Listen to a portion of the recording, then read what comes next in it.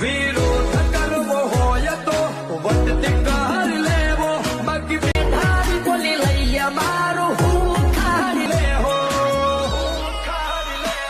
ગમે એના રૂઆબ તોડે મજા આ રહા હૈ क्या बात है सर, क्या बात है सर, क्या बात, ये बात है। જય માતાજી મિત્રો, સ્વાગત છે તમારું રત્નેશ ક્રિએશન યુટ્યુબ ચેનલની અંદર।